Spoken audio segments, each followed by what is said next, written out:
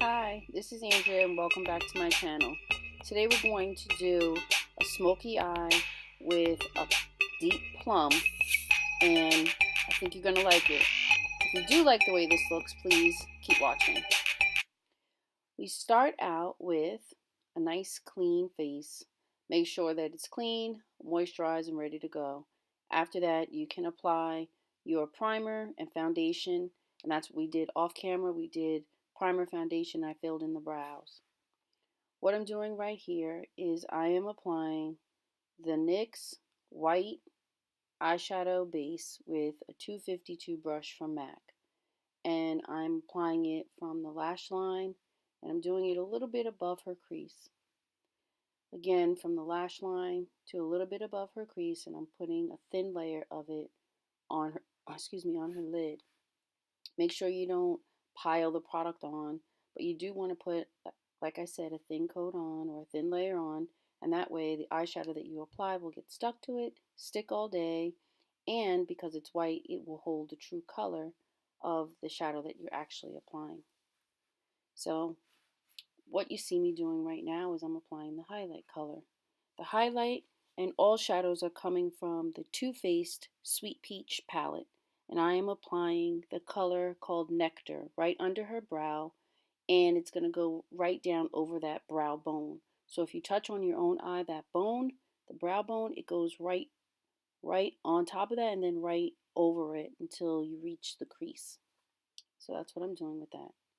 Now you see that I have the 252 brush, again from MAC, and I'm applying the color Delectable onto her lid, again from the lash line to the crease, putting it right on top of the white eyeshadow base that I applied before. So I'm just packing it on there. Put some on the brush, tap it off, and then I just push it on the lid. So you see I'm doing that, and go right over the whole lid from the inner corner to the outer corner. Make sure that it's from the lash line all the way up to the crease. You just pack it on. The more color you pack, the more intense the color will become. Watch your placement. Make sure you're putting the shadow exactly where you want it to be. So you see I have it on. Now we have to blend it out. So I take the 217 brush from MAC and I apply the color Puree, and I am putting it right in her crease, right on top of where the purple shadow stopped. That's where I start applying, and I'm going from the outer corner to her inner corner, and I'm going back and forth like a windshield wiper, back and forth, back and forth. Sometimes what I will do is I will take the brush and I'll make circular motions with it. I go right under that brow bone, and then again, the purpose of this is to blend out, so there's no harsh line, to blend out that plum color or that purple color that we're using on the lid. So again, you see I'm using the Puree color back and forth like a windshield wiper from the outer corner to the inner corner, staying under the brow bone, and I'm blending out that plum shade. If you think you're finished blending, keep going. Keep going, because you don't want there to be any harsh lines. The next color that I will apply, it's going to be a color called Summer Yum, and you'll see me point to it in the palette. I'm still going to use the 217 brush by MAC. I dip it in, the brush in, and then I'm concentrating the color on the outer corner, and then I'm pushing the color in pretty much to the middle of the eye. Again, going back and forth like a windshield wiper. Again, take that color, Summer Yum, outer corner, and then from the outer corner to the middle of her eye. And you can see the angle of my brush.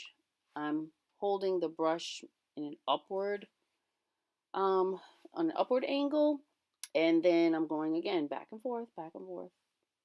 That's the key, like a windshield wiper, just back and forth. Take your time, blend it out.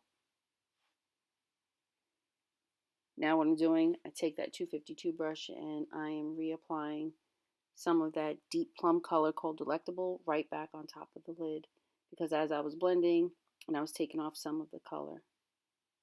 So I put it on, but now I need to just clean it up a little bit, blend it out. Now I will take this liner. The liner is from L'Oreal. It is the Voluminous Liner Noir in the blackest of blacks, blackest black. And so I'm making short strokes between each of her lashes. You don't have to try to make one long line. Make short strokes between each of your lashes. Take your time and make sure that your lashes are wiggling.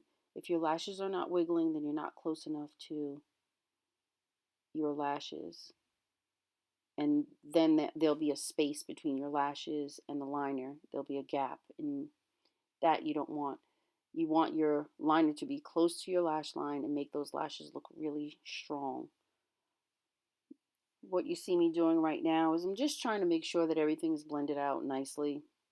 And I'm taking the MAC brush, it's a 225. So as you can see, off camera, I applied lashes, I applied liner, black liner on her waterline, which was the NYC waterproof kohl pencil, and then on her lower, underneath the lash line, I applied the Delectable and Summer Yum, and I applied those with a pencil brush. So what I'm doing right now, after we put the foundation on, and this goes for anyone, after you put your foundation on, you've pretty much knocked out all the lines in your face. So it can give the appearance of flatness. So what I'm doing right now is I'm putting bronzer on, and I'm contouring with the bronzer. So you see I did by her hairline, and then I did right under her cheekbones and her jawline.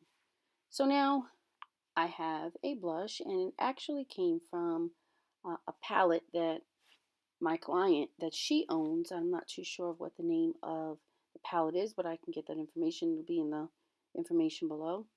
And when I put on the blush, you can see I'm tapping it on, and now I am using, doing like a little J, it's like a J on each side, and making sure that the color is right onto apples of her cheek and right above what we did with the bronzer.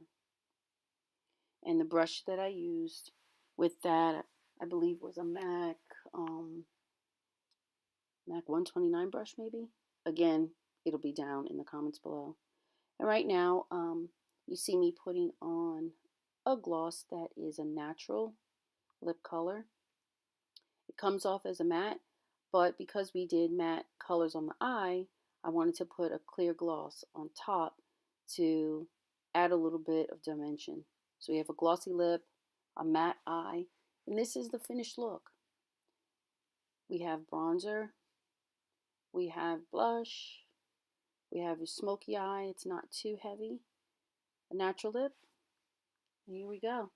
That's the finished look. I hope that you like it. It's not too difficult. I didn't do a lot of highlighting and contouring and heavy, powders and this kind of a thing. So should be pretty good for you to do.